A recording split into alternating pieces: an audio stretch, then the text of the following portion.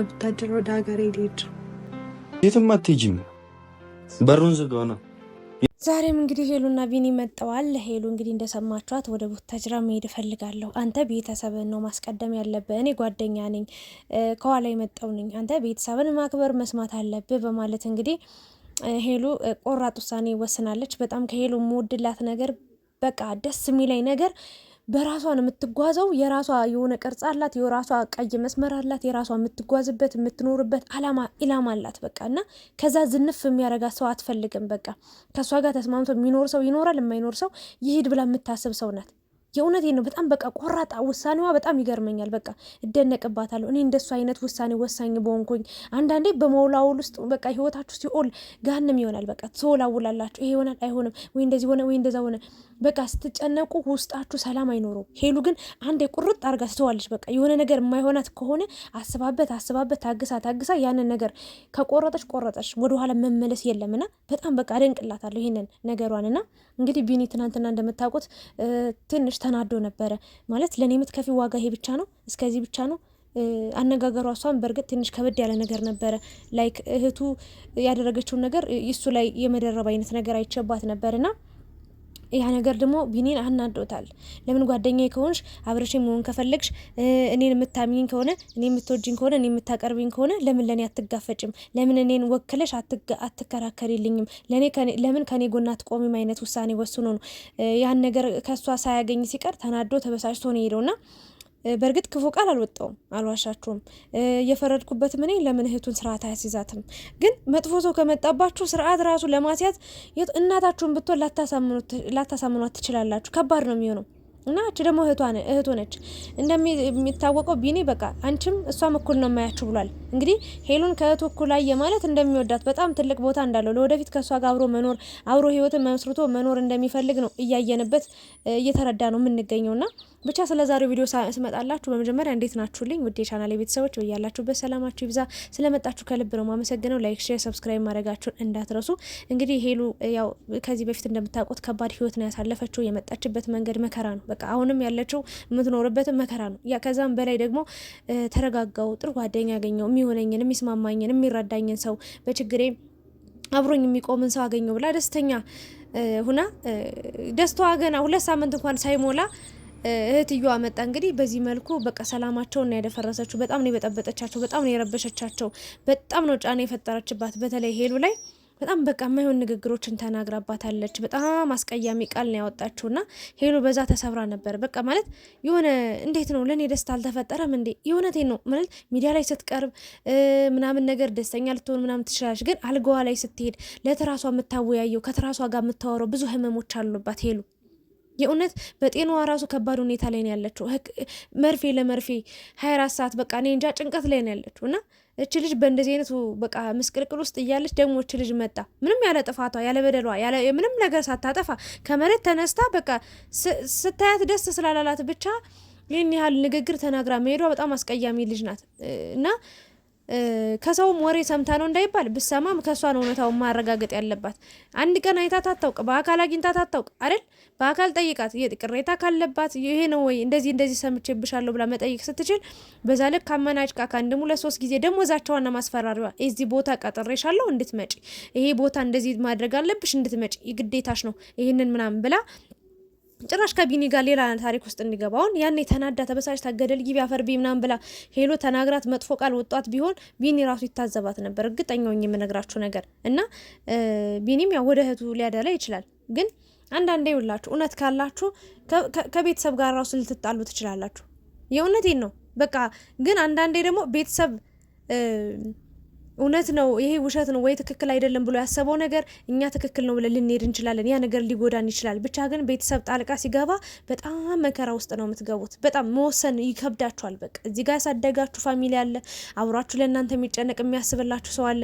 ከዛ ደግሞ እዚህ ደግሞ የምትወዷት ልጅ አለች ምናምን እና አንዱን ምረጥ ስትባል ከባድ ነው እና ሄሉ ደግሞ የመሰላት ትናንትና ጥሏት ሲሄድ ወይም ደግሞ የመጨረሻ ንግግሩን አድርጎ ሄዶ ምንም ነገር ሳይል ቻው በቃ ብሎ አትቷት ሲሄድ ያሰበችው እህቱን ደግፎ ወይም ደግሞ እህቱን ነው እህቴን ነው መስማት ያለብኝ ብሎ የሄደ ነበር የመሰላት። ግን ቢኒ ያንን ነገር አይደለም ያደረገው በሰዓቱ። ያው አንዳንዴ መግባባት ካልቻላችሁ ሁለታችሁ የምትጫጫሁ ከሆነ አንድ ሰው ልታስረዱት ፍላጎት ከሌለው ካላያችሁበት የሚናገረው ነገር ከእናንተ በተቃራኒው ሲሆን ያን ነገር ምንድነው የምታደርጉት? ለጊዜው ሸሻ ትላላችሁ፣ በቃ ትሸሻላችሁ፣ ትታችሁ ትሄዳላችሁ፣ ሲረጋጋ ማውራትን ትመርጣላችሁ። እና ቢኒ ያደረገው ነገር እሱ ነው እና አስተዋይነቱን፣ ጥሩነቱን፣ መልካምነቱን አይቻለሁ። ለሄሉም ያለውን ቦታ አይቻለሁኝ እና እንግዲህ ሄሉ እያለች ያለችው ወደ ቡታጅራ እንደምትሄድ ነው። እዛ የተወለድኩበት ያደግኩበት ይሻላል ነው እያለች የምትገኘው።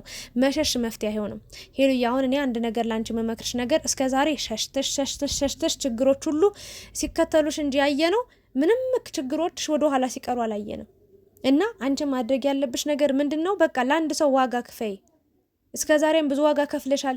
ለፍቅር ስትይ አሁንም ብዙ ፈተናዎች ቢመጡም ጠንካራ ሆነሽ ያን ችግር ተጋፍጠሽ ህይወትሽን መስመር ለማስያዝ መሞከር ነው እንጂ ማንም መጣ ማንም ነገም እናቱ መጣ ተይው ብትልሽ ይሄ ልጅ መተው የለብሽም።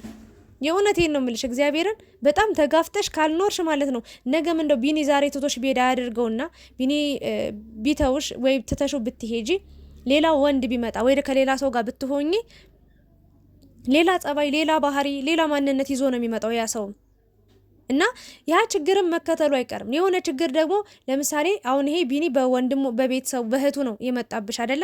የሱ ደግሞ ሌላ አዲስ የሚመጣው ልጅ ደግሞ በጎረቤትም ሊሆን ይችላል፣ በጓደኛም ሊሆን ይችላል። ከባድ ጫና ሊፈጠርብሽ ይችላል። አየሽ፣ እዚህ ጋር ሸሽተሽ ሄድሽው እዛ ጋር ደግሞ ሊያገኝሽ ነው ማለት ነው። ማድረግ ያለብሽ ምንድነው?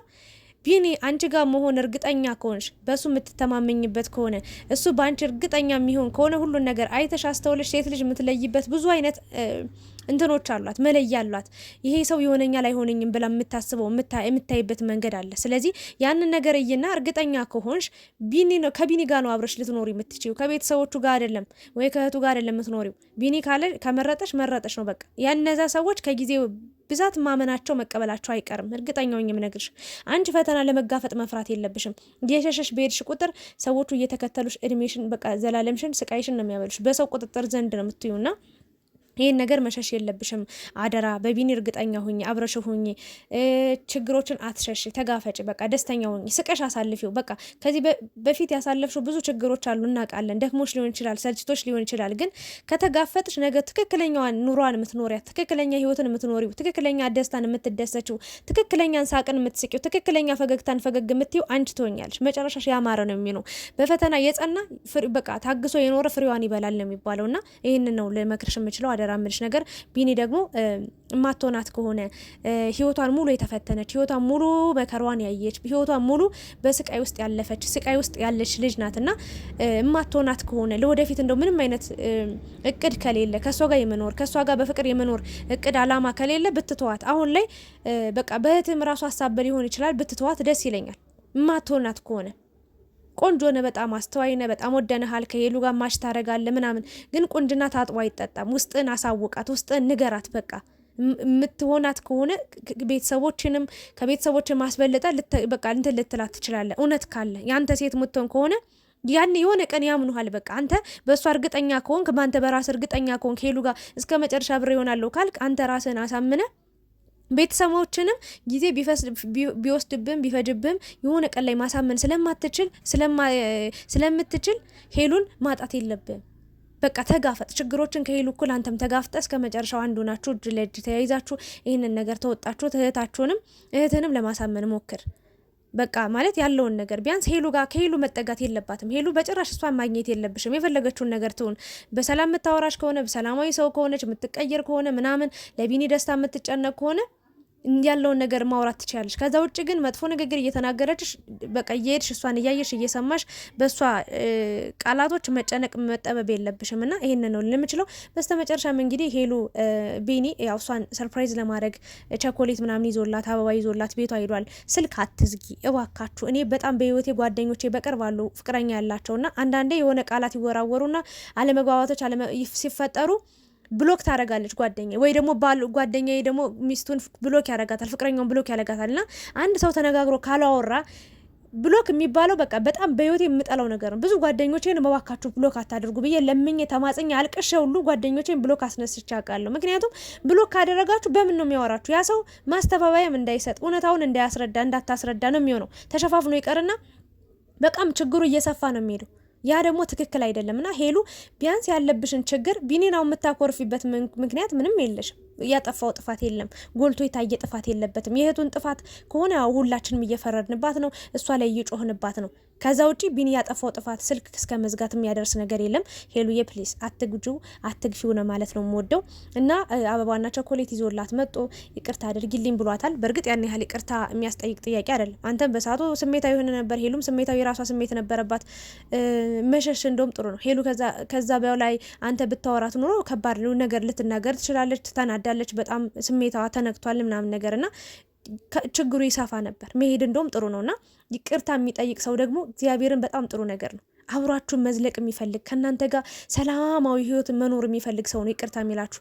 ሌላኛውማ ልቡን አሳብጦ ምንም አይነት ይቅርታ የሚባል ነገር ከአንደበቱ አይወጣምና ቢኒ ጋር ያየውበት ነገር እጅግ በጣም የሚመሰገን የሚበረታታ ነገር ነውና ሄሉዬ ይህንን ነገር ነው ለምችለው። ቡታጀራ ልትሄድ ነበረ፣ በስተመጨረሻ የትም አትሄድም ብሎ በሩን ዘግቶባት እዛው ቁጭ ብለው እንድታወራ አድርጓል። እውነት ነው አያችሁ፣ እሷ ሸሽታ ብትሄድ መቼም አያገኛትም ነበር። ቢያገኛትም ሄሉ ሌላ ሀሳቦችን ስታስብ ትቆይና ችግሩ ተደራርቦባት በስቶባት ሌላ ታሪክ ነበር የሚሆነው። ለማንኛውም ሄሉ የተስፋ አትቁረጪ። የእህትየዋ ነገርም ከጊዜ ሂደት መስተካከሉ አይቀርም። ታውቃላችኋ የኤደን ፍቅረኛዋ እህቱ መጣ እንዴት መከራዋን ስቃይዋን እንዳበዛችው ቆሻሻ ንግግር ሁሉ ተናግራት አሁን ላይ ሰላም ናቸው። እያያችሁ ነው። በቃ ወንድ ከመረጠ ሴት ልጅ መረጠ ነው በቃ። አንቺ ብቻ በሱ ዘንድ ተወዳጅነትን አተርፊ፣ በሱ ዘንድ ተፈቃሪ ሆኚ፣ በሱ ዘንድ ተፈላጊ ሆኚ። የምር የትም ከየትም ብሎ እናት አባቱን ሁሉ ትቶ ይመጣል አንቺ ጋር። ብቻ አንቺ በፍቅር ማጥመር ነው ያለብሽ፣ ፍቅር መስጠት ነው ያለብሽ። ይሄንን ነው ልል የምችለው። ብቻ የእህትየዋ ነገር በሂደት ይስተካከላል እና መጨረሻችሁን ያሳምረው። ሄሉዬ መጨረሻ ላይ ፈገግ ብላ ሳያት እግዚአብሔርን የተሰማኝ ደስታ እንደምንም ብሎ አባበላት። የሆነት የማይፈልጋት ሰው ከሷ ጋር አብሮ መሆን የማይፈልግ ሰው ምናምን ቢሆን እግዚአብሔርን ቢኒ ጥሏት ይሄድ ነበር፣ ተስፋ ይቆርጥ ነበር። ግን አብሮሽ የሚሄድ ሰው ነው፣ አብሮሽ መሆን የሚፈልግ ሰው ነው። ችግሮችሽን በቃ አብሮ መኖር በቃ አብሮሽ ሁሉ ነገሮችን ማድረግ የሚፈልግ ሰው ነውና ቢኒን እንዳታጩ አደራ ብዬ መልእክቴን አስተላልፋለሁ። በስተመጨረሻ እስኪ ሄሉን ፈገግታ አበባውን ሲሰጣት አይታ ፈገግ ቸኮሌቱን ስበላ ምናምን እኔ የቢኒ ፈገግታ ደግሞ ራሱ ይለያል። እግዚአብሔርን በጣም ነው ደስ ያለኝና ሄሉንም እናበረታታት። ያው ስታጠፋ እየመከረን እየተቆጣን፣ ጥሩ ነገር ስታደርግ ይሄ ጥሩ ነው እያልን እያበረታታን ከቢኒ ጋር ከመጨረሻው አብረው ሆነው ችግሮችን ተጋፍጠው እንዲሄዱ እንጸልይላቸው፣ እናበረታታቸው። ላለው አብራችሁ ስለነበራችሁ አመሰግናለሁ። በሌላ ቪዲዮ ደግሞ እንገናኛለን። በጣም ነው የምወዳችሁ። ሰላም ቆዩልኝ።